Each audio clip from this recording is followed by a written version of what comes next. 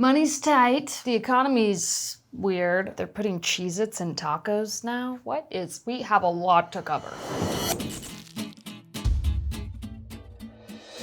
Sometimes the paycheck just is not cutting it, and you need a few creative ideas for ways to cut down on your spending. Well, lucky for you.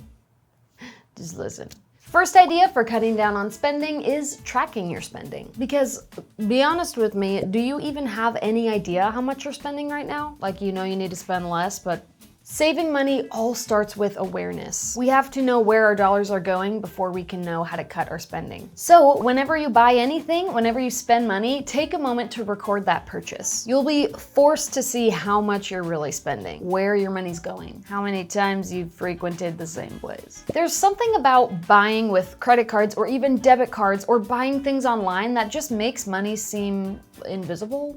Like not real. Recording your purchases makes your spending real. I really did that. Tip number 2 is just shop around. Set aside a Saturday afternoon with a bowl of strawberries and apples. Wait, this is a mug. And just question everything. Log into your bank account, look at your transaction history, look at all the people you pay, all the services you pay for, and ask, is there a cheaper version of this somewhere else? For example, could you get cheaper car insurance or home insurance from someone else? Lawn care, pool maintenance, personal care, gym membership? Is there a cheaper cell phone plan or cable plan? Or do you need cable or a cheaper internet plan? Or do you need internet? Oh my gosh. And actually, even better, are there any expenses you can eliminate altogether? Listen, this is 2022. You have Netflix, Hulu, HBO, Disney Plus. Why? That's so many shows. Do you have that much time? I'm gonna guess not. Not to mention that subscription services hate when you cancel and they will give you discounts to come back. So maybe you cancel Netflix, Disney Plus, and HBO and you just soak up Hulu for a while. Disney Plus just sent you a really good offer to come back, so you cancel Hulu and then you get your fill on Disney Plus for the next few months. Are we milking the system? Yes. Also, consider trialing downgrades. Maybe try out a slower internet plan for a few months. Downgrade your cell phone plan to something simpler. Things to think about. Idea number 3, eliminate impulse purchases. Minimize temptation. We have so much. Unfollow social media accounts that always make you want to buy what they're pitching you. Unsubscribe from your favorite retailers. If you don't want to be spending money, you don't need to know about the sales, because sales still means spending money and you don't want to be spending money right now. Am I right? That's why we're here, right? Or put something in your cart, let it sit there for 24 to 72 hours, and if you still feel like you need it after all that time, you can purchase it, I guess. Maybe some time to think about it or live your life without it will make you change your mind. Hint, anything you don't buy now, you can literally always buy later. So, some questions to ask you to help you eliminate your impulse spending. Wait, do I really need this item right now, or could I wait a little bit to see if I still really need it later on down the road? Could I find this cheaper somewhere else? Or what else could I do with this money? Idea number 4, plan no spend days. Shopping is so easy these days. Amazon can drop something on your doorstep the next day, the same day. Targeted ads on social media platforms like Instagram literally peer into your soul and exploit your weaknesses.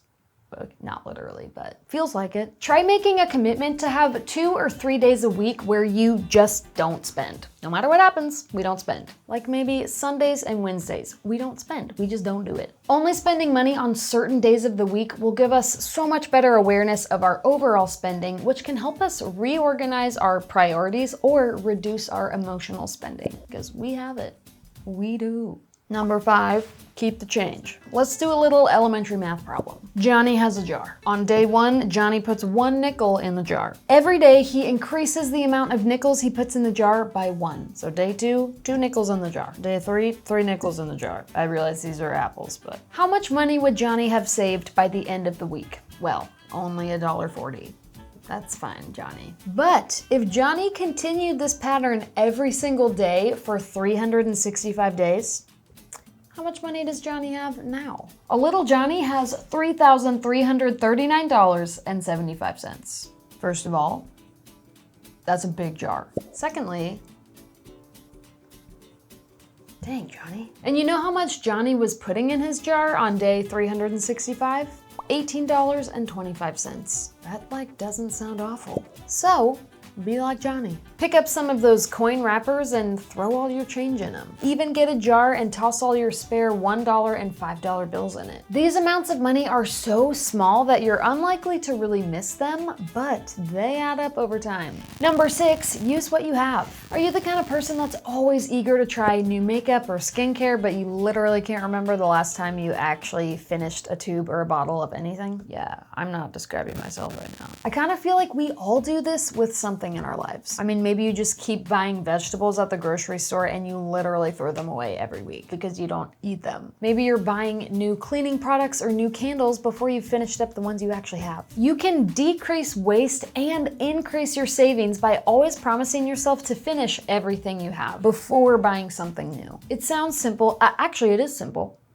So, try it. Also, if you're the kind of person who just kind of hoards gift cards but never actually uses them, now's your time, my friend. It's time to call that number on the back of the card, see how much you have left, and spend those cards dry. For some reason, we feel like gift card money isn't real money, so it's no big deal if we give up on it when there's $2.43 left on it. I mean, I've never done that. But that is wasted money. Use that money. If it doesn't seem like a valuable amount that's left on the gift card, just think of it as a coupon. Yeah, I'm gonna get $1.75 off my next purchase.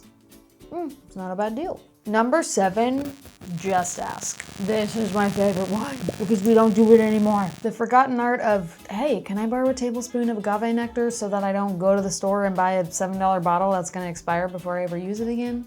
Story time. One time I dressed up as like some Space Jam character for Halloween. It wasn't even a character from the movie, it was just like the theme was Space Jam. And I bought a basketball from Walmart for my outfit because it was only $5 and I was like, wow, this is only $5. But when my brother was trying to figure out what the heck my costume was, he was like, I have 2 basketballs that never get used. Why didn't you ask to borrow one? I don't know, because it was $5. It seemed like a deal. I mean, when you think about it, it was almost like I was saving money.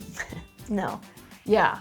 That was $5 that I just wasted. We are so used to being able to buy anything we could ever need at the drop of a hat that we forget we don't need to own it. If you need a box fan, ask your friend if you can borrow their box fan. If you need a 4-person camping tent for the weekend, ask a friend if you can borrow their 4-person camping tent for the weekend. Why are we afraid to ask? It's fascinating. Idea number 8, embrace your community. Have you ever explored all the free resources that are available in your area? For example, my local library has a recording studio you can use for free with just a simple reservation. You could spend $1,000 to rent a recording studio or library. Free. Reservations. Speaking of libraries, some libraries let you check out things other than books, like tools or kitchen equipment, you name it. Don't forget to check out local Facebook groups or online communities as well. I'm a part of a local Facebook group called Buy Nothing, and that is literally what it is. People give and receive all kinds of items for free. I've seen people get furniture, whole wardrobes for their kids, mulch, desk chairs, trampolines, even football tickets. Now there's an idea. Also, let's talk about entertainment because that can get pricey fast. But your town likely has more free activities than you realize. Concerts in the park, open mic nights at coffee shops. Maybe there's a free day at your local museum or nature center. Hiking is free. A game night with your old board games is free. Going downtown to watch a local parade, also free. Free, free, free. Tip number 9, tame your food costs. Of course, we all need to eat, but are there ways we can ensure we're getting the very most out of our grocery dollars? 2 ideas I can think of right off the bat are meal planning and sticking to a grocery list. These are both surefire ways to make sure we're only spending money on food we are guaranteed to eat because we planned for it and we're not throwing out, which happens way too much. But online grocery shopping and curbside pickup is also a huge way to make sure you're not super duper overspending your grocery budget. It's really easy to put things back because you just delete them from your cart. Even if it comes with an extra fee, making sure you are only buying what you need and not being tempted by all the fun foods or snacks or sales in the store, that can save you a ton of money. But hey, if you need more ideas on how to tame your food costs, make sure to check out my video, 14 ways to save money on groceries. I have about 1 million ideas in that video. Well, wait.